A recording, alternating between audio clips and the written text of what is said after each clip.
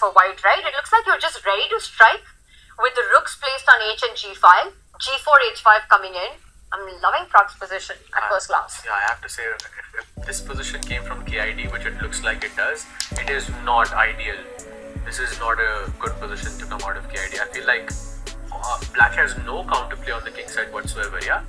You can at max play like knight, okay, he plays knight d6, and at max you can go for f5, but if I have h5, g4, all of this incoming, then for Arjun. Just keep pushing, no? If you're white here, you can start with g4, prepare it. Yeah, g4, the idea is also you cannot allow f5, yeah? Because gf5 opens up the g file. Yes. And I think Arjun is in trouble. He could. What a great visual this is, right? You've got Nihal, Arjun and Pragg and Arvind, the four youngsters of Indian chess, and then at center stage, center court, you've got the man who made that possible. You know, the man whose career pretty much allowed this generation to dare to dream. Absolutely. And to do it. Absolutely, what a legend he is. And by the way, we could see Vidit in the back as well, but then he was like, no, I don't want to be in this frame. So he just goes a bit forward. But yes, of course, having Vishy, Vidit's sort of generationally the middle bridge here. Yeah.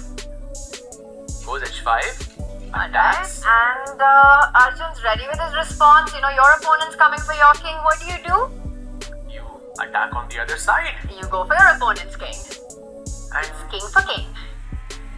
Okay, so now I can see there is a blue arrow screaming that we should play a3 in this position, but it doesn't make sense to me because if you okay, maybe it's because of dark squares, yeah? So again, for everyone watching, when the blue arrow appears, that's not us doing anything on the board or on our systems. That's the computer engine automatically telling us that this is the best move by a margin.